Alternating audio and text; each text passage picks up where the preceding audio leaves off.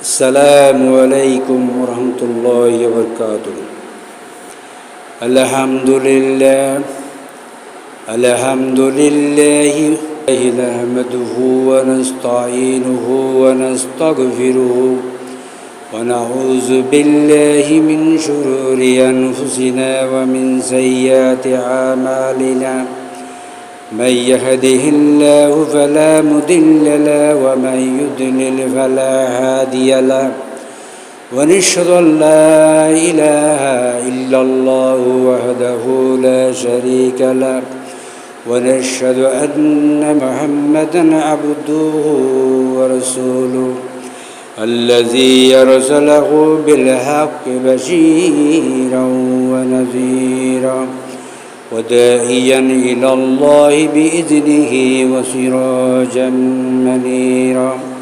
فقد قال الله في كلامه المجيد وفرقان الحميد: أعوذ بالله من الشيطان الرجيم. بسم الله الرحمن الرحيم. إن الله وملائكته يصلون على النبي يا أيها الذين آمنوا صلوا عليه وسلموا تسليما. اللهم صل على سيدنا مولانا محمد وعلى علي سيدنا مولانا محمد. ধন্য প্রিয় মোহাম্মদ, ধন্য মাতা আমিনা, ধন্য ভূমি মদিনা। আল্লাহুম্মা সাল্লি আলা সাইয়্যিদিনা মাওলানা মুহাম্মদ ওয়া আলা আলি সাইয়্যিদিনা মাওলানা মুহাম্মদ। রসুল আমার ভালোবাসা, রসুল আমার আলোর আশা, রসুল আমার প্রেম বিরহে মূল আলোচনা। রসুল আমার কাজে কর্মে অনুপ্রেরণা, রসুল আমার ভালোবাসা। আল্লাহুম্মা সাল্লি আলা سيدنا مولانا محمد وعلى علي سيدنا مولانا محمد. بلغ العلا بكماله كشف الدجى بجماله حسنت جميع صالح সাল্লু আলাইহি ওয়ালিহি। আলহামদুলিল্লাহ, মুহররম মাসের আজকে জুমার অত্র এলাকার সর্বস্তরের মুসলমানদেরকে তাদের মসজিদে চলে আসার জন্য উদাত্ত আহ্বান জানাবো। আজকে জুমা মুহররম মাসের আজকে তৃতীয় জুমা। গত জুমার মধ্যে মুহররম মাসের আংশিক কিছু বর্ণনা আপনাদেরকে দিয়েছিলাম। পুরোপুরি আলোচনা করাটা সম্ভব নয়। আজকেও মুহররমের বিষয়ের উপরে আপনাদের সামনে কিছু কথা বলার চেষ্টা করব। আপনারা দোকানে পাড়ে ঘোরাফেরা না করে সবাই আল্লাহর ঘরে চলে আসেন।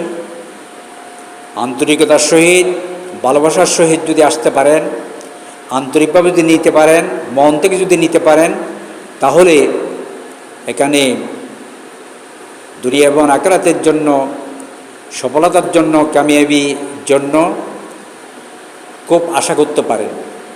তো সুতরাং আজকেও মুহররমের কিছু বিষয় নিয়ে আমি আপনাদের সামনে কোরআন এবং হাদিস থেকে কিছু কথা বলার চেষ্টা করব। তো আপনারা তাড়াতাড়ি আসলে কথাগুলো ভালো করে শুনতে পারবেন, কারণ মুসলমানদের জন্য সবচেয়ে বড় বিষয় হলো জ্ঞান। সেজন্য আল্লাহ রাব্বুল আলামিন প্রথমে যখন ওহী নাজিল করলেন আখিরি নবী মুহাম্মদ রাসূলুল্লাহ সাল্লাল্লাহু আলাইহি সাল্লামের কাছে তিনি যখন ওহী নাজিল করলেন, তখন তিনি ইকরা দিয়ে শুরু করলেন। ইকরা বিসমি রাব্বিকাল্লাযী হালাক, তুমি পড়ো তোমার রবের নামে যিনি তোমাকে সৃষ্টি করেছেন। পড়া নিয়ে আল্লাহ রাব্বুল আলামিন প্রথম ওহী পৃথিবীতে পাঠালেন। সুতরাং এটা দিয়ে এটাই বুঝাচ্ছে আমাদেরকে পড়তে হবে, আমরা জানতে হবে। জানা হলো এটা ফরজ, কারণ না জানলে আপনি আমল করবেন কেমনে? আপনাকে আগে জানতে হবে। আপনি জেনে তারপর আমল করতে পারবেন। আন্তাজ যদি আমল করলে এটা তো হবে না, এটাও ঝামেলা। সেজন্য আগে জানতে হবে। মুসলমানদের আগের কাজ হলো কি? প্রথম কাজ হলো জানা।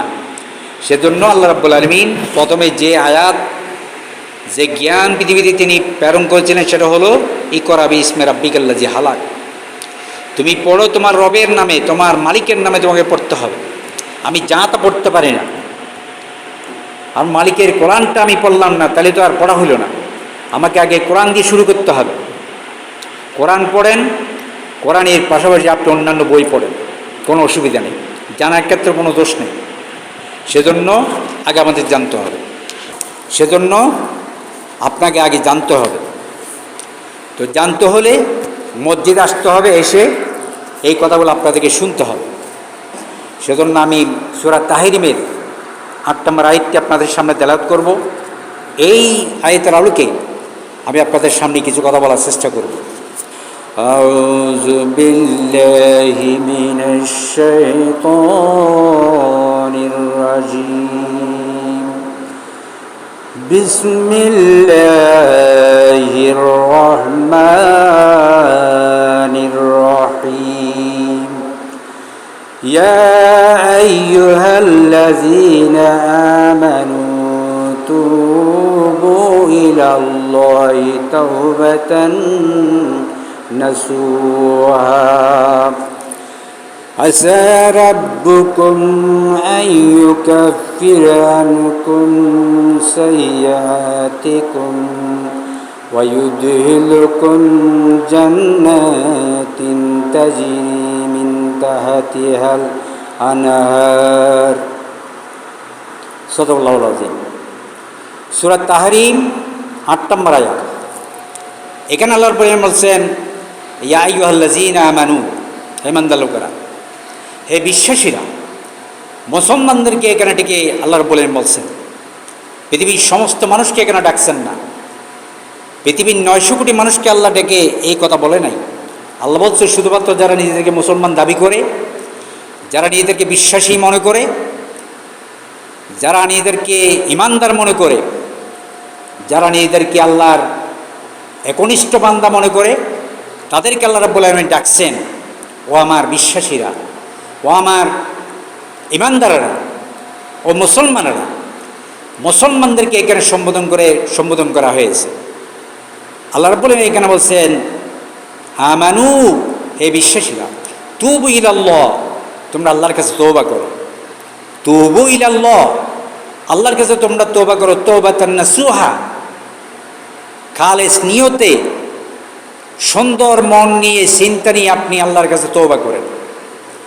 আসা রাব্বুকুম আন ইউকাফিরা আনকুম সাইয়্যাতিকুম, হতে পারে, আশা করা যায় আল্লাহ রাব্বুল আলামিন তোমাদের মালিক তোমাদের জীবনের সমস্ত অপরাধগুলি আল্লাহ রাব্বুল আলামিন ক্ষমা করে দিবেন। ওয়া ইউদখিলুকুম জান্নাতিন তাজরি মিন তাহতিহাল আনহার, এরপর তিনি তোমাদেরকে এমন জান্নাতে প্রবেশ করাবেন যে জান্নাত বিভিন্ন ধরনের নাজ নিয়ামতের ঝর্ণাধারাগুলা প্রবাহমান। এটা হলো সূরা তাহরিমের ৮ নম্বর আয়াতের অর্থ। তো আমি এই আয়াতের আলোকে আপনাদের সামনে কিছু কথা বলার চেষ্টা করব। আপনারা এটুকু দিক ঘোরাফেরা না করে তাড়াতাড়ি মসজিদে চলে আসেন, যাতে কোরআন এবং হাদিসের কিছু কথা আপনারা যাতে ভালো করে শুনতে পারেন। শুনে যাতে আমল করতে পারেন। আমল করতে গেলে এই কোরআনের কথাগুলো জানতে হবে, কোরআন এবং হাদিসের কথাগুলো জানতে পারলে তারপর আমল করতে পারবেন, আমলটা আপনি ঠিকভাবে করতে পারবেন। সুতরাং কারণ কিয়ামতের ময়দানে আপনি যখন সাংঘাতিক জামালায় পড়ে যাবেন, তখন আপনাকে জেনে বুঝে আপনার একটা প্রস্তুতি নিয়ে আপনাকে যেতে হবে। এটা হলো আল্লাহ রাব্বুল আলামিনের নির্দেশ। মুসলমানদেরকে পৃথিবীতে একটা প্রস্তুতি গ্রহণ করতে হবে। পৃথিবীতে প্রস্তুতি গ্রহণ করার পরে তারপরে পরকালে যাওয়ার জন্য বলা হয়েছে। সেটা সূরা আল ইমরানের মধ্যে আল্লাহ রাব্বুল আলামিন বলেছেন, ইয়া আইয়ুহাল্লাযীনা আমানু তাকুল্লাহা হাক্কা তুকাতিহি, হে ইমানদার লোকেরা, তোমরা আল্লাহকে ভয় করো, যেভাবে তাকে ভয় করা উচিত সেভাবে তোমরা আল্লাহকে ভয় করো। ওয়ালা তামুতুন্না ইল্লা ওয়া আনতুম মুসলিমুন, তোমরা কখনো মুসলমান না হয়ে মৃত্যুবরণ করবে না। ওয়ালা তামুতুন্না ইল্লা ওয়া আনতুম মুসলিমুন, তোমরা মুসলমান না হয়ে তোমরা মৃত্যুবরণ করবে না, এটা আল্লাহর নির্দেশ। ওয়ালা তামুতুন্না, এখানে দুইটা তাকিদের মাধ্যমে এখানে বলতেছেন ওয়ালা তামুতুন্না, তোমরা কখনো মৃত্যুবরণ করবে না যতক্ষণ পর্যন্ত তোমরা মুসলমান না হবে, পরিপূর্ণ আত্মসমর্পণকারী না হয়ে তোমরা আমার কাছে আসবে না, এটা আল্লাহ মানা করে দিয়েছে। এই আয়াতুল আলকে আমরা কি আমাদের জীবন নিয়ে কি ভাবছি? এখানে আল্লাহ বলছেন, হেমান্তালকে তোমরা আল্লাহকে ভয় করো, যেভাবে ভয় করা উচিত। ইয়া আইয়ুহাল্লাযীনা আমানু তাকুল্লাহা হাক্কা তুকাতিহি, যেভাবে ভয় করা উচিত, ভয় করার তকওয়া অবলম্বন করে করে আপনাকে ভয় করতে হবে। এরপরে বলছেন ওয়ালা তামুতুন্না ইল্লা ওয়া আনতুম মুসলিমুন, তোমরা কখনো মুসলমান না হয়ে আমার কাছে আসবে না, এই কথা আল্লাহ রাব্বুল নিষেধ করেছেন। তাকিদ দিয়ে বলছে এখানে, লামে তাকিদ এবং বানানে সাকিলা, দুইটা তাকিদের শব্দ ইউজ করে আল্লাহ রাব্বুল আলামিন এখানে ক্লিয়ার করে বলে দিয়েছেন পৃথিবীর মানুষকে, তোমরা মুসলমান না হয়ে তাহলে তোমাদের মৃত্যু না হয়। যদি মুসলমান না হয়ে যদি তোমাদের মৃত্যু হয় তাহলে আর করার কিছুই থাকবে না। যাদের ঈমান থাকবে তারাই জান্নাতে যেতে পারবে, যাদের কোনো ঈমান নাই জান্নাতে আশা করা কোনো লাভ নাই, জান্নাতে আশা করতে পারবেন না। সুতরাং আল্লাহ রাব্বুল আলামিন সূরা আল ইমরানের মধ্যে কত সুন্দর করে বলে দিয়েছেন যে তোমরা হে ইমানদার লোকেরা, তোমরা আল্লাহর নীতি আল্লাহর তাকওয়া তোমরা অবলম্বন করো, যেভাবে তোমাদেরকে ভয় করা উচিত। আবার ওয়ালা তামুতুন্না ইল্লা ওয়া আনতুম মুসলিমুন, তোমরা কখনো তোমরা মৃত্যুবরণ করবে না যতক্ষণ পর্যন্ত তোমরা মুসলমান না হবে, ইমানদার না হবে, আত্মসমর্পণকারী না হবে। সুতরাং এই বিষয়টা আমাদেরকে মাথায় রাখতে হবে।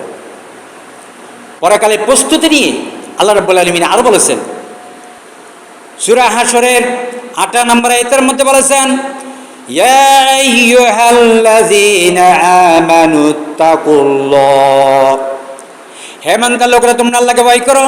ওয়াল তানজুর নাফসুম মা কাদ্দামাত লিগাদ, প্রত্যেকটি মানুষের লক্ষ্য করা দরকার, ভেবে চিন্তে বাবা দরকার, চিন্তা করা দরকার, সে আগামীকালের জন্য কি প্রস্তুতি সে গ্রহণ করেছে তাকে এটা ভাবতে হবে।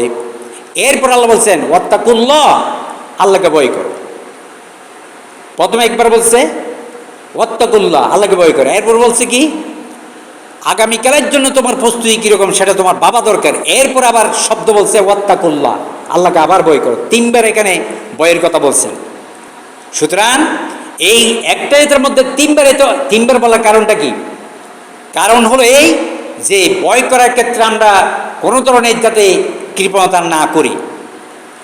আল্লাহকে ভয় করার ক্ষেত্রে আমাদেরকে একটা ক্লিয়ার একটা ঈমান, পরিপূর্ণ একটা ঈমান, আমাদের ঈমানের মধ্যে কোনো ধরনের ভেজাল, কোনো অসঙ্গতি যাতে না হয়, না থাকে, সেদিকে চিন্তা করার জন্য আল্লাহ রাব্বুল আলামিন আয়াতের মধ্যে তাকওয়ার কথা বারবার বলেছেন। এগুলো আমাদেরকে চিন্তা করতে হবে। এটা যদি আমরা চিন্তা না করি তাহলে আমরা কিন্তু সাংঘাতিক ধরনের একটা বিপদে পড়ে যাব। সুতরাং আমি বলতে চাইছিলাম সূরা তাহরিমের ৮ নম্বর আয়াত, ৮ নম্বর আয়াতের মধ্যে আল্লাহ রাব্বুল আলামিন যেটা বলেছেন, ইয়া আইয়ুহাল্লাযীনা আমানু তুবু ইলাল্লাহ, হেমন্ত লোকরা, তোমরা তোমরা তওবা করো আল্লাহর কাছে, আল্লাহর কাছে ফিরে আসো। তওবা মানে কি? ফিরে আসা। তওবা মানে কি?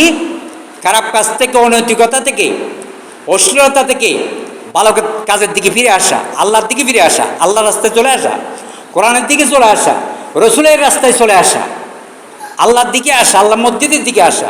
তুবু ইলাল্লাহ, আল্লাহর দিকে তওবা করো। তওবাতুন নাসুহা, খালেস নিয়তে, একনিষ্ঠ চিন্তা নিয়ে, মন সুন্দর একটা মন নিয়ে, ভালোবাসা নিয়ে, আদর নিয়ে, মায়া নিয়ে, মমতা নিয়ে, আল্লাহকে ভালোবাসে, রসুলকে ভালোবাসে, কোরআনকে ভালোবাসে আপনি তওবা করে ফেলেন। জীবনে আর অপরাধ আর করবেন না, এরকম তওবা আপনাকে করতে হবে। এরকম যদি তওবা করতে পারেন, সেই তওবাকে বলা হয় তওবাতুন নাসুহা। এটাকে বলা হয় তওবাতুন নাসুহা। তওবাতুন নাসুহা মানে কি? যেটা একেবারে ক্লিয়ার একটা তওবা, আমি জীবনে অপরাধ আমি আর করব না। কোনো অপরাধ যদি হয়ে যায়, সাথে সাথে আপনাকে তওবা করে ফেলতে হবে, আর জীবনে আর করবেন না এই কাজ। সেইরকম যদি তওবা করতে পারেন, আপনার অপরাধ যত বড় হোক, আপনার অপরাধ আল্লাহ রাব্বুল আলামিন ক্ষমা করে দিবেন। কিন্তু তওবা হচ্ছে আসল জিনিস। আপনি আর জীবনে আর করবেন না, এরকম তওবা করতে হবে। আপনি এদিকে তওবা করবেন আর এদিকে করবেন, এটা তো আর হবে না। আপনি তওবা করবেন, ক্লিয়ার করবেন, যত বড় অপরাধ হোক। কত বড় অপরাধ? যে একটু উদাহরণ দিলে আপনারা বুঝতে পারবেন। যত বড় অপরাধ হোক, কিন্তু আপনাকে ক্লিয়ার একটা তওবা করতে হবে। আপনি জীবনে এই পাপের দিকে আর যাবেন না। এই ক্লিয়ার এই পাপের দিকে আপনি জীবনে কোনোদিন পা দিবেন না। পা যাওয়ার সাথে সাথে আপনি ফিরে আসবেন, আল্লাহকে ভয় করবেন। এইরকম যদি তওবা করতে পারেন, এই ধরনের তওবাকে বলা হয় তওবাতুন নাসুহা। আল্লাহ রাব্বুল আলামিন বলেছেন। এরপর আল্লাহ বলছেন, আসা রাব্বুকুম আইয়ুকাফির আনকুম সাইয়্যাতিকুম। আশা করা যায় তোমরা যদি এরকম ক্লিয়ার যদি তওবা করতে পারো, আজ জীবনে এই অপরাধ করবে না, সেরকম তওবা যদি আপনারা যদি করতে পারেন, আল্লাহ রাব্বুল আলামিন সূরা তাহরিমের ৮ নম্বর আয়াতের মধ্যে বলেছেন, তোমাদের রব তোমাদের সমস্ত অপরাধগুলি ক্ষমা করে দিবেন। তোমাদের অপরাধগুলো ক্ষমা করে দিবেন, পরিবর্তন করে দিবেন। পরিবর্তন মানে কি? আপনি কি পরিবর্তন হচ্ছে? আল্লাহ কিন্তু এখানে পরিবর্তন হচ্ছেন, আইয়ুকাফির আনকুম সাইয়্যাতিকুম, তোমাদের অপরাধগুলো পরিবর্তন করে দেবেন। তার মানে হলো কি? পরিবর্তন মানে কত সুন্দর একটা শব্দ বলছেন দেখেন আল্লাহ কোরআনের মধ্যে। আল্লাহ বলতে যে পরিবর্তন করে দেবো, যে গুনাহ তো কেটে দেবো, ওখানে আর গুনাহ থাকবে না। ওই জায়গার মধ্যে যে পরিমাণ গুনাহ, সেই পরিমাণ আমি সওয়াব দিয়ে দেবো। পরিবর্তন মানে সেরকম। পরিবর্তন মানে আপনার যদি বলে এদের একটা নাম আছে, নামটা একটু পরিবর্তন করে দেন, তো পরিবর্তন করে একটা নাম দিতে হবে না? আপনাদের বাচ্চাদের যদি একটা নাম লেখেন, নামটা যদি অনিষ্টামী নাম হয়, হুজুর বলছেন নামটা অনিষ্টামী, পরিবর্তন করে দেন। আপনি পরিবর্তন করে দিয়ে বাচ্চার নাম আরেকটা দিবেন না ভাই? আরেকটা তো নাম দিবেন, এটাই তো নিয়ম। আপনি বাচ্চার নাম যেহেতু একটা অনিষ্টামী নাম, মিন্টু একটা নাম লাগছেন, মিন্টুর নামটা হিন্দুদের নাম, বৌদ্ধ খ্রিস্টান, হুজুরের বলার সাথে সাথে আপনি নামটা পরিবর্তন, হুজুর একটা নাম দেন, এটা আমি বাদ দিলাম। তো আপনি যখন পরিবর্তন করবেন, তখন একটা নাম দিবেন। এটা ঘরের নাম লিখছেন, এই নামটা সুন্দর লাগছে না, আপনি পরিবর্তনকে একটা নাম দিতে চাচ্ছেন, তো নাম কেটে দিয়ে তো একটা নাম দিবেন। সেজন্য আল্লাহ রাব্বুল আলামিন এখানে বলছেন, আসা রাব্বুকুম আইয়ুকাফির আনকুম সাইয়্যাতিকুম, তোমাদের যে যত বড় অপরাধ করে ফেলছো, তোমরা এই অপরাধ যেহেতু আর জীবনেও করবে না, এরকম যে তোমরা ওয়াদা করে ফেলছো আর করবে না, তুমি এই কাজের মধ্যে তুমি চেষ্টা করে যাচ্ছ। আল্লাহ বলতেছে তোমার ওই যেখানে যে অপরাধ ছিল, যে পরিমাণ অপরাধ করে ফেলছেন, ওই অপরাধগুলো পরিবর্তন করে দিয়ে ওখানে সওয়াবে পরিবর্তন, সওয়াব লিখে দেবেন। এটাই তো নিয়ম। সেজন্য আমাদেরকে এইরকম আন্তরিকতা নিয়ে, ইমান নিয়ে, চিন্তা নিয়ে, চেতনা নিয়ে, আমার টোটাল চিন্তা ভাবনা নিয়ে, এরকম একটা চিন্তা নিয়ে যদি আপনি করেন, তাহলে কিন্তু সেখানে কি গুনার পরিবর্তে, অপরাধের পরিবর্তে আপনাকে পুরোপুরি সওয়াবে পরিণত করে দেবেন। আপনি একটা দক্ষিণ দিকে ঘরের মধ্যে একটা জানালা রাখছেন, আপনি মনে মনে নিয়ত করেন, না জানালা দিয়ে আমি এদিকে মসজিদে আজান দেবো, মসজিদে আজানের অবস্থা যাতে আমি তাড়াতাড়ি পাই, একটু একটা আশা করে মসজিদে দক্ষিণ দিকে একটা জানালা রাখছেন, অত উত্তর দিকে রাখছেন ঘরের মধ্যে। আপনার নিয়তটা কি?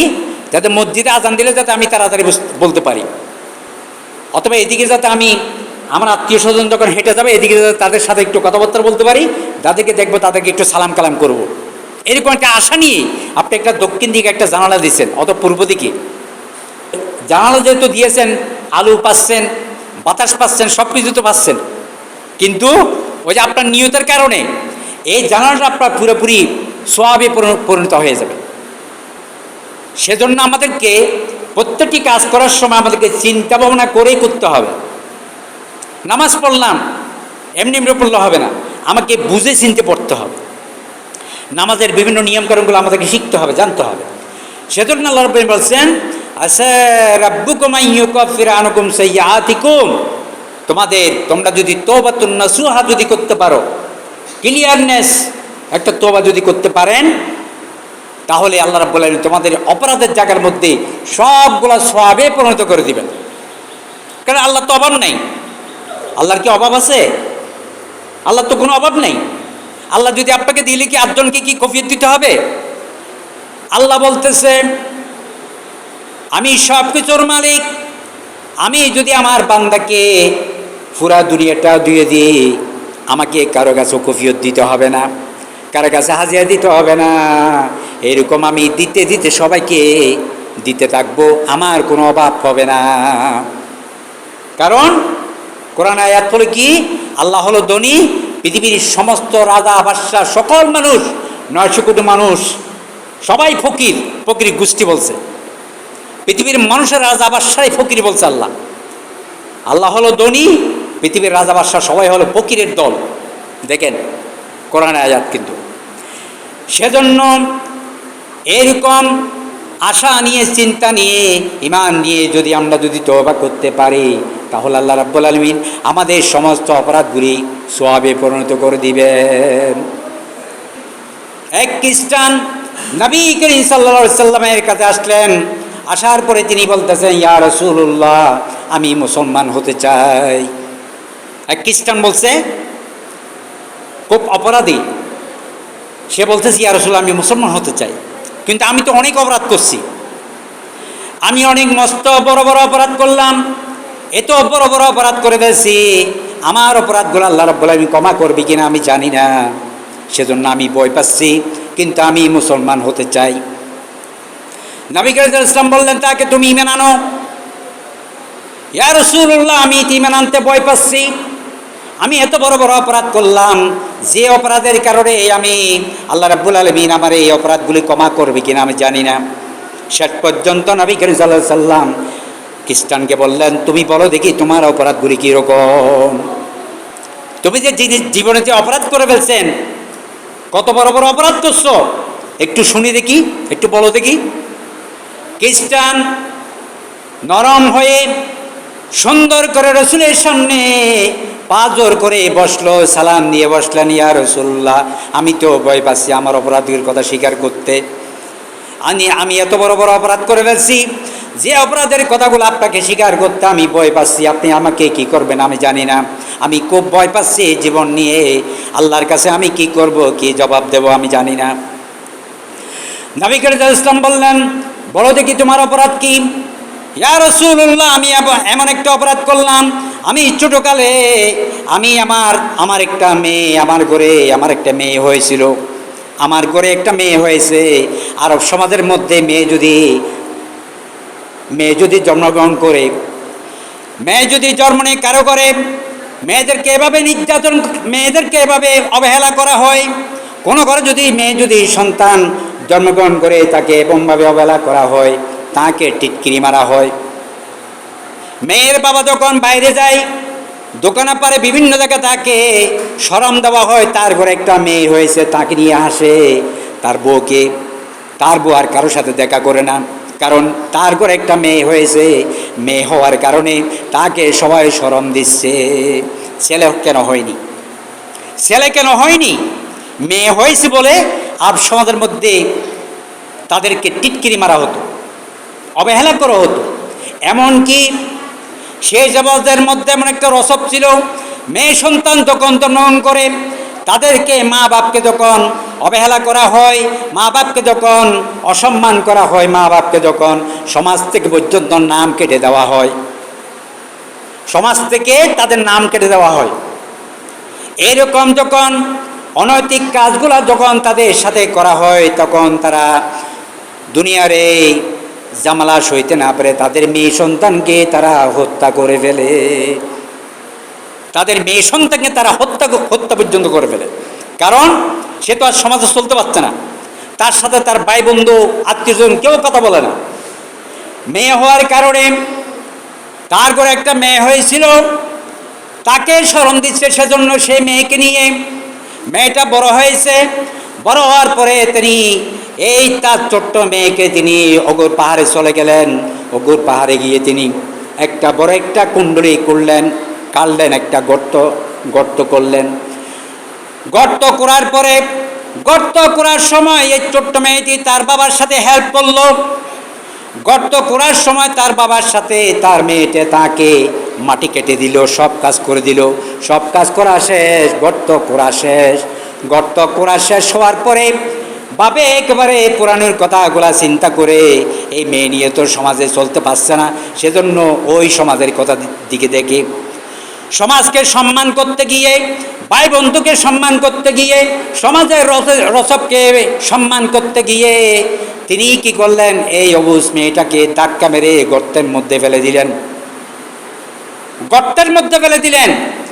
গর্তের মধ্যে ফেলে দিয়ে মাটি চাপা দিয়ে মেয়েটা মাটি যতক্ষণ পর্যন্ত নিঃশ্বাস ছিল, যতক্ষণ পর্যন্ত কথা বলতে পারছে, ততক্ষণ পর্যন্ত আব্বু আব্বু করে করে ডাকতে ডাকতে অনেকক্ষণ ডাকলে, কান্নাকাটি করে ডাকলেন, তুমি আমাকে এখানে কেন ফেলে দিয়েছো বাবা?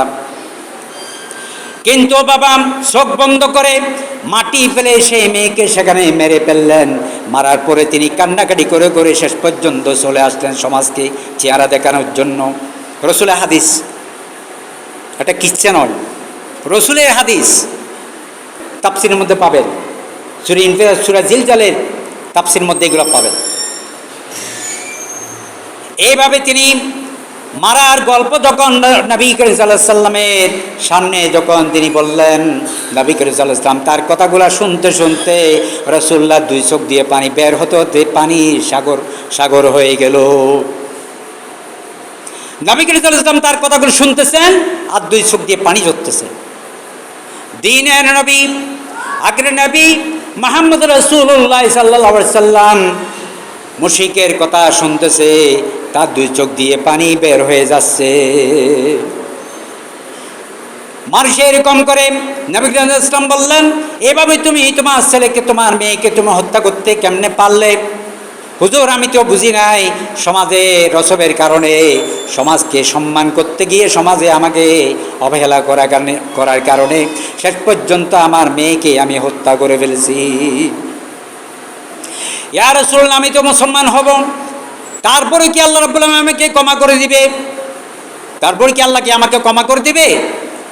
নবী করিম সাল্লাল্লাহু আলাইহি ওয়াসাল্লাম অনেকক্ষণ পরে নিঃশ্বাস ফেলেন, এত বড় অপরাধ করে ফেলছো। নবী করিম সাল্লাল্লাহু আলাইহি ওয়াসাল্লাম তাকে বললেন, তারপর আল্লাহ রাব্বুল আলামিন তোমাকে মাফ করে দিবেন। তারপরেও মহান রব তোমার মালিক তোমাকে ক্ষমা করে দিবেন। শুধু ক্ষমা নয়, এত বড় অপরাধ তুমি করে ফেলছো, তুমি যদি মুসলমান হয়ে যাও, তুমি যদি মুসলমান হও, তোমার এরকম একটা অপরাধ নয়, তোমার জিন্দেগির সমস্ত অপরাধগুলো আল্লাহ রাব্বুল আলামিন ক্ষমা করে দিয়ে সেই জায়গার মধ্যে আল্লাহ রাব্বুল আলামিন তোমাদেরকে সওয়াবে পরিণত করে দিবেন। এটাই তো কোরআন আয়াত। আসা রাব্বুকুম আইয়ুকাফিরা আনকুম সাইয়্যাতিকুম, আল্লাহ রাব্বুল আলামিন তোমাদের অপরাধকে ক্ষমা করে দিয়ে সেখানে সে পরিমাণ সওয়াব লিখে দিবেন। খ্রিস্টান খুশি হয়ে গেল, হুজুর আর দেরি নেই, আমি জীবনে এরকম অপরাধ করব না, আর কোনো ধরনের অপরাধের দিকে আমি যাব না, অপরাধের রাস্তা যেখানে চলে সেদিকে আমি চলাফেরা পর্যন্ত করব না। ঠিক আছে, আমি মুসলমান হয়ে গেলাম, কলমা পড়ে মুসলমান হয়ে গেলেন নবীর সাথে, লা ইলাহা ইল্লাল্লাহু মুহাম্মাদুর রাসূলুল্লাহ, কলমা পড়ে মুসলমান হয়ে গেলেন।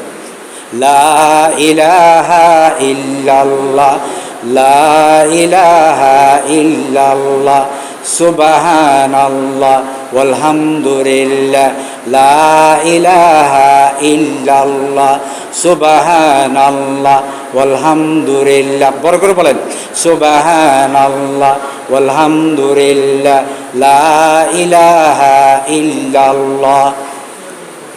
দেখেন, এরকম একটা নয়, এরকম শত শত প্রমাণ রয়েছে, শত শত হাজার হাজার প্রমাণ রয়েছে। এই মুশরিকের গুনাহ ক্ষমা করে দিয়েছেন আল্লাহ রাব্বুল আলামিন, তিনিও মুসলমান হয়ে গেলেন। এত সুন্দর ধর্ম কোথায় পাবেন? চুরি করছেন, ডাকাতি করছেন, রাহাজানি করছেন, ভাই আল্লাহর ঘরে আসেন, আল্লাহর কাছে নরম হয়ে যান, ভদ্র হয়ে যান, সুন্দর করে বসেন, ভদ্র বসে বসে বসে উজু কালাম বানাইয়া সুন্দর করে বসে আল্লাহর কাছে সারেন্ডার করেন। আল্লাহর কাছে যদি সারেন্ডার করতে পারেন, আল্লাহ রাব্বুল আলামিন জিন্দেগীর সমস্ত বাদগুলি ক্ষমা করে দিবেন। শুধু তাই নয়, মুহররমের এই মাসটা হলো মুহররম, মুহররমের অনেক, মুহররম মাসের অনেক বর্ণনা আপনাদেরকে গত জুমার মধ্যে বলছিলাম। বাবা আদম থেকে শুরু করে হযরত নূহ আলাইহিস সালাম থেকে শুরু করে প্রত্যেকটা নবীদের গুনাহগুলি মুহররমের 10 তারিখে কবুল করা হয়েছে। কারণ তারা আল্লাহর কাছে রাত দিন তারা আল্লাহর কাছে কান্নাকাটি করছে, আল্লাহর কাছে তারা তওবা করেছে।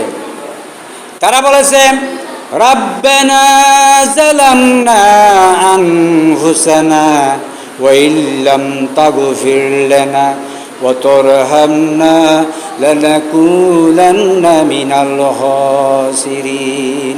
আমরা প্রতিদিন বলতেছি না, এটা বুঝে চিনতে বলতে হবে। তারাও কিন্তু এটা বলছিলেন। এটা বলে বলে তারা পথে ঘাটে যেখানে পারে সেখানে তারা আল্লাহর কাছে কান্নাকাটি করেছে। তারা বলেছে, রব্বানা যালামনা আনফুসানা, হে মালিক, আমরা তো আমাদের নিজেদের জীবনের উপর আমরা জুলুম করেছি, আমরা অত্যাচার করেছি, আমরা অপরাধ করে ফেলেছি।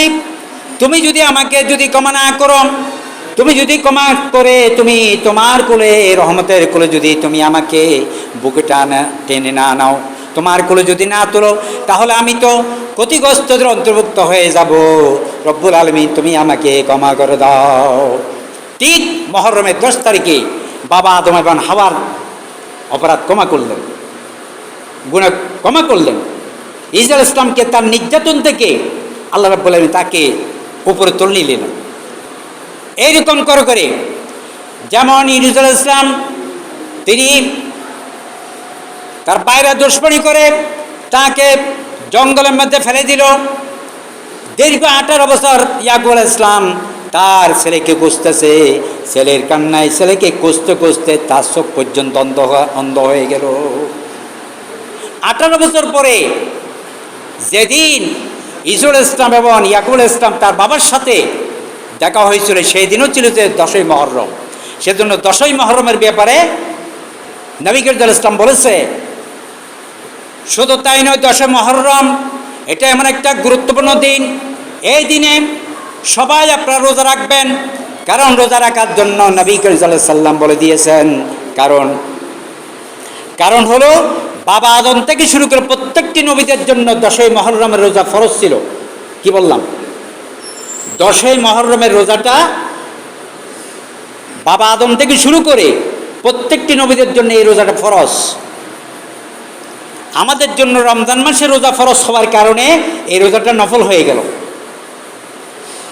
আমাদের জন্য রমজান মাসে রোজা ফরজ হওয়ার আগে কিন্তু নবীর উপরেও কিন্তু এই রোজা ফরজ ছিল।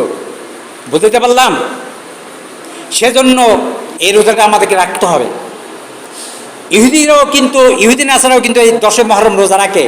সেজন্য নবী করিম সাল্লাল্লাহু আলাইহি ওয়াসাল্লাম বলেছে, তোমরা দুইটা রাখবে, 9 তারিখ 10 তারিখ, অথবা 10 তারিখ 11 তারিখ।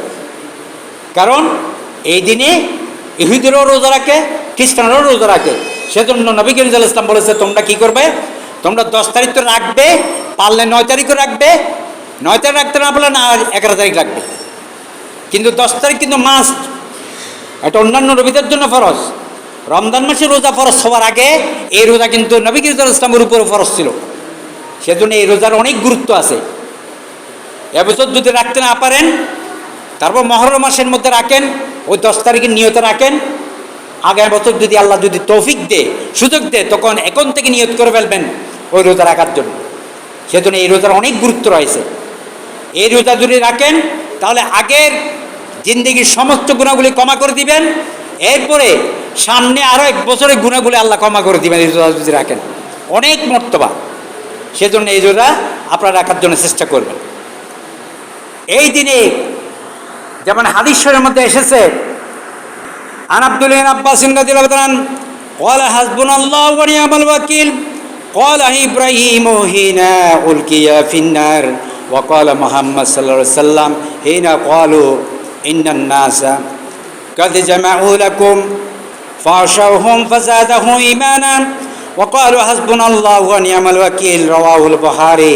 বুখারীর মধ্যে একটা হাদিস এসেছে, আন আব্দুল্লাহ ইবনে আব্বাস, হযরত আব্দুল্লাহ ইবনে আব্বাস থেকে বর্ণিত, ক্বালা, তিনি বলেন, হাসবুনাল্লাহু ওয়া নি'মাল ওয়াকিল, আল্লাহ আমার জন্য যথেষ্ট, ওয়া নি'মাল ওয়াকিল, আল্লাহ হলো আমার জন্য সবচেয়ে আপন, সবচেয়ে কর্মকর্তা হিসেবে আল্লাহ আমার জন্য আপন। ক্বালা ইব্রাহিম হিনা উলকিয়া ফিন্নার, যখন ইব্রাহিম আলাইহিস সালামকে যখন নমরুদ বিশাল আগুনের কুণ্ডলী করে যখন আগুনের মধ্যে সরকার মধ্যে যখন ফেলে দিলেন, এই হাদিসটা তখন হযরত ইব্রাহিম আলাইহিস সালাম আল্লাহকে বলেছিলেন। তিনি কি বলেছিলেন? হাসবুনাল্লাহ, আল্লাহ আমার জন্য যথেষ্ট। হাসবুনাল্লাহ মানে কি? আল্লাহ আমার জন্য যথেষ্ট। ওয়া নি'মাল ওয়াকিল, কর্মকর্তা হিসেবে আল্লাহ আমার জন্য সব কিছু। এই দোয়াটা হযরত ইব্রাহিম আলাইহিস সালাম যখন তাকে আগুনের অগ্নিকুণ্ডের মধ্যে যখন তাকে ফেলে দিলেন, তখন তিনি এই দোয়াটা তিনি আল্লাহর কাছে বললেন, হাসবুনাল্লাহ, আল্লাহ তুমি যদি আমি ইব্রাহিম এই নমরুদের আগুনের মধ্যে পুড়ে জ্বলে পড়ে বর্ষ হওয়া যদি তুমি মালিক যদি খুশি হও, তাহলে এইরকম 1000 বার আগুনের মধ্যে পুড়ে বর্ষ হতে আমি ইব্রাহিম রাজি। ইব্রাহিম কি বললেন? ইব্রাহিম বললেন, হে আল্লাহ, নমরুদের আগুনের মধ্যে যদি আমি ফুরে ছাই হয়ে 1000 বার ছাই হওয়াটা যদি তুমি যদি পছন্দ করো, তুমি যদি খুশি হও, তাহলে আমি এরকম 1000 বার পড়তে রাজি, আমি চাই। সেজন্য তিনি বললেন হাসবুনাল্লাহ ওয়া নি'মাল ওয়াকিল। হাদিস শরীফের মধ্যে এসেছে, বুখারী শরীফ। ঠিক তদ্রূপ ফাহশাহুম, তাদেরকে ভয় পাও, ফাযাদাহু ঈমানা। এরপরে ওয়াকালা মুহাম্মদ রাসূলুল্লাহ সাল্লাল্লাহু আলাইহি ওয়াসাল্লাম বললেন, হিনা, তিনিও তখন এই কথা বললেন, আগের নবীও সেই কথা বললেন। ক্বালু, তিনি বললেন, ক্বালু, জনগণ যখন বললেন, ইন্নান নাস ইয়া রাসূলুল্লাহ কদ জামাউ লাকুম ফাশাউহুম, আপনার বিরুদ্ধে যুদ্ধ করার জন্য কাফের মুশরিকরা সবাই অত্যাধুনিক অস্ত্র নিয়ে আপনার বিরুদ্ধে দাঁড়িয়েছে। নবীকে বলতেছে, আপনার বিরুদ্ধে যুদ্ধ করার জন্য, আপনাকে মেরে ফেলার জন্য, আপনাকে হত্যা করার জন্য কাফের মুশরিকরা সবাই একত্রিত হয়ে আপনার বিরুদ্ধে তারা জিহাদের ঘোষণা দিয়েছে। আপনি কি করবেন এখন? আপনার তো এই 30-40 জন মুসলমান নিয়ে আপনি কিভাবে এখানে মক্কার জমিনে বসবাস করবেন, থাকবেন? আপনাকে তো এবার মেরে ফেলবে, সবাইকে তো একেবারে নাস্তে নাবুদ করে দিবেন। নবী করিম সাল্লাল্লাহু আলাইহি ওয়াসাল্লাম বললেন, ওয়াকালা মুহাম্মদ, তিনি এই কথা বললেন, তিনিও ফাযাদাহু ঈমানা, তিনি বললেন, না, আমি তাদের ঈমান আল্লাহর উপর বেড়ে গেল, তৎকালে মুসলমানদের ঈমান আল্লাহর উপর বেড়ে গেল। এরপরে তারা বললেন ক্বালু হাসবুনাল্লাহু ওয়া নি'মাল ওয়াকিল। ইব্রাহিম ইসলাম যে দোয়া করছিলেন, ঠিক একই দোয়া আমাদের নবীর বন্ধু বান্ধব মুসলমানরা তখন তারাও বললেন, হাসবুনাল্লাহ, আল্লাহ আমাদের জন্য যথেষ্ট, ওয়া নি'মাল ওয়াকিল, সর্বোত্তম কর্মকর্তা হলো আল্লাহ।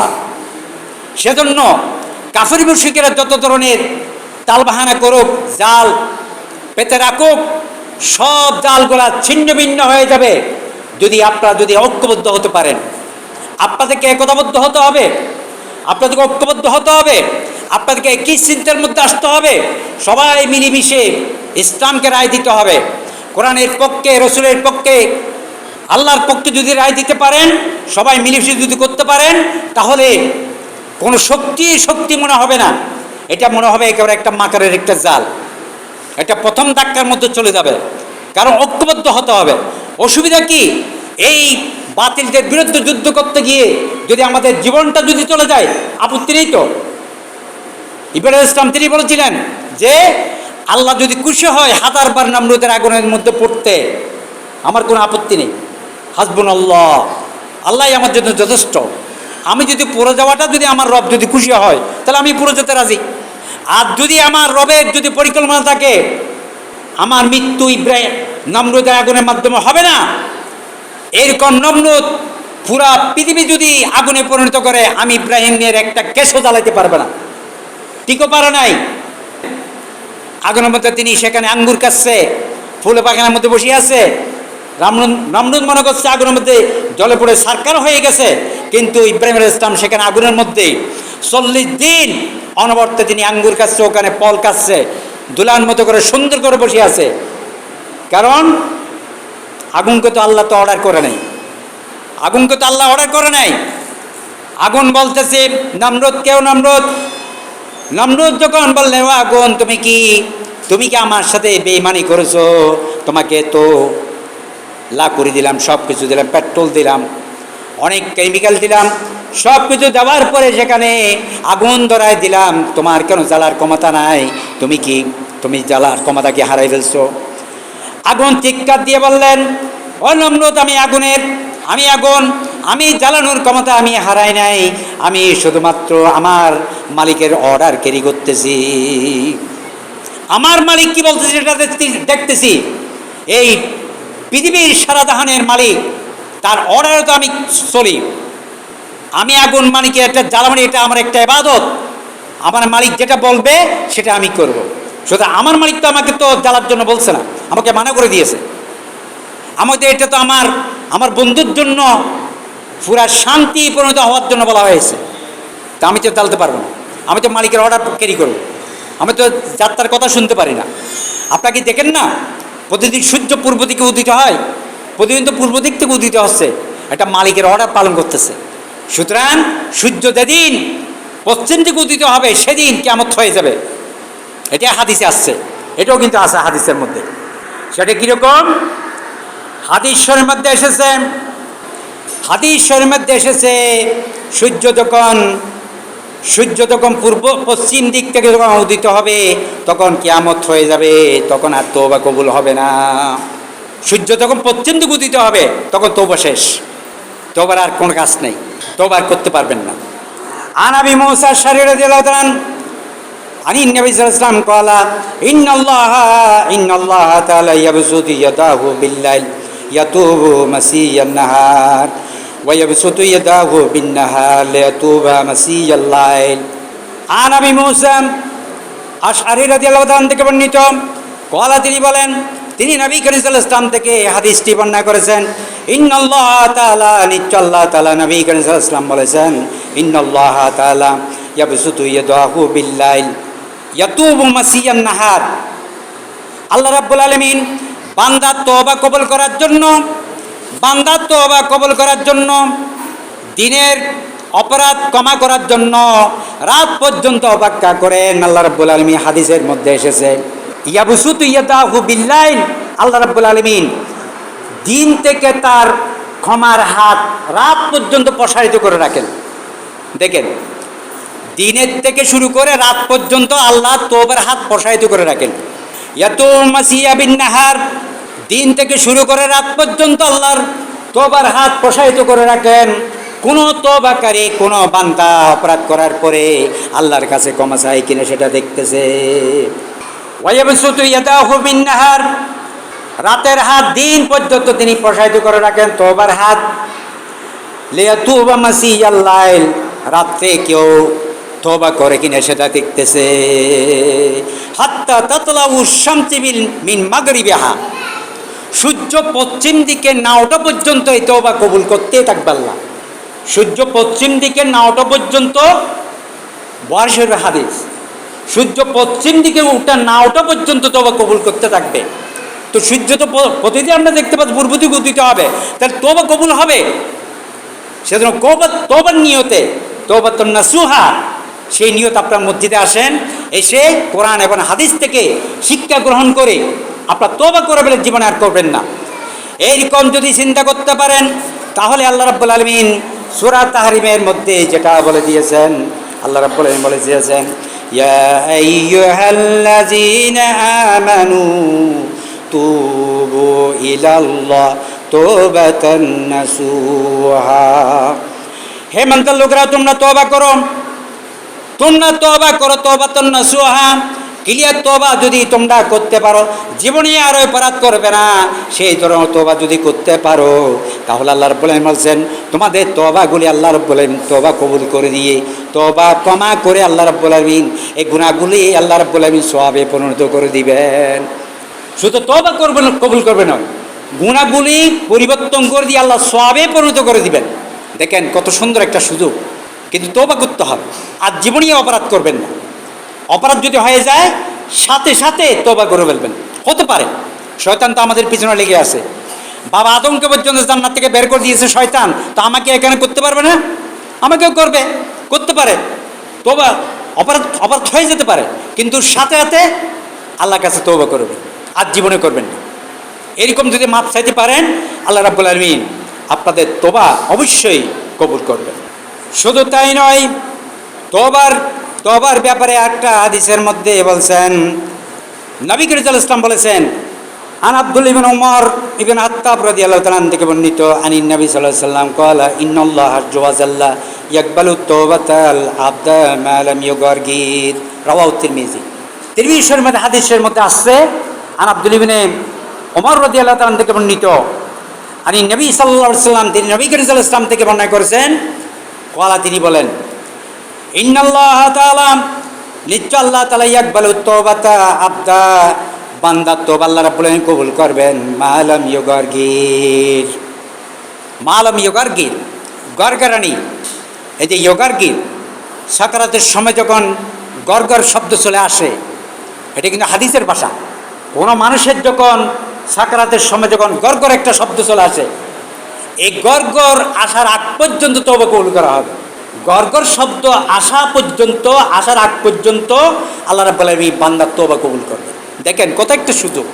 সেজন্য আমাদেরকে সুন্দর করে তওবা করে, তওবাতুন নাসুহা, এবং আমরা যদি তওবা করতে পারি, অবশ্যই আল্লাহ রাব্বুল আলামিন আমাদের তওবা কবুল করবেন। গরগর আসা পর্যন্ত আল্লাহ তওবা কবুল করবেন। সেজন্য আবার কখন সাকারাত আসবে তখন বসে থাকলে হবে না, আপনাকে সবসময় প্রস্তুতি নিতে হবে কখন আমার সাকারাত হবে। কারণ মানুষ আসবে, কিন্তু আমরা জানি একটা ঘরের মধ্যে সন্তান জন্মগ্রহণ করবে, আগে থেকে আমরা বলতে পারি, অথবা আমরা বলতে পারি, তাদের স্বামী স্ত্রী বলতে পারে, তাদের ঘরের গোলা তো জানতে পারে, আমরা জানতে পারি না। আমাদেরকে বললে আমরা বলতে পারবো, কিন্তু একজন মানুষ কখন মারা যাবে কেউ জানে না, এক সেকেন্ড আগে বলতে পারবেন না। সেজন্য আপনাকে গরগরনি আসবে, কখন আসবে আমি তওবা করব, এবং আপনি যদি বসে থাকেন, তাহলে কিন্তু এটা কিন্তু আপনার জন্য সাংঘাতিক একটা বড় সমস্যা হয়ে যাবে। সেজন্য আমি আর লম্বা কথা না বলে, যেহেতু জুমার টাইম, সেজন্য আমি আপনাদেরকে উদাত্ত আহ্বান করবো এটা, যে আমাদেরকে মসজিদে আসতে হবে। মসজিদ থেকে আমাদেরকে ইসলামের নিয়ম কানুনগুলো আমাদেরকে শিখতে হবে, জানতে হবে। জানতে পারলে আপনি আমল করতে পারবেন। আপনি যদি না জানেন তাহলে আমল কেমনি করবেন? আপনাকে আগে জানতে হবে। সেজন্য জানাটাই ফরজ। সেজন্য আল্লাহ রাব্বুল আলামিন প্রথম যে ওহী নাযিল করলেন সেটা কি? ইকরা বিসমি রাব্বিকাল্লাযী খালাক, তুমি পড়ো তোমার রবের নামে যিনি তোমাকে সৃষ্টি করলেন। সেজন্য আগে তোমাকে পড়তে হবে, জানতে হবে, জানার পরে আস্তে আস্তে আমল শুরু করে দিতে হবে। সেজন্য জানাটা হচ্ছে ফরজ। সেজন্য আমি আপনাদেরকে জানার জন্য উদাত্ত আহ্বান রেখে আজকাল আলোচনা এখানে শেষ করলাম। আসসালামু আলাইকুম রহমতুল্লাহ।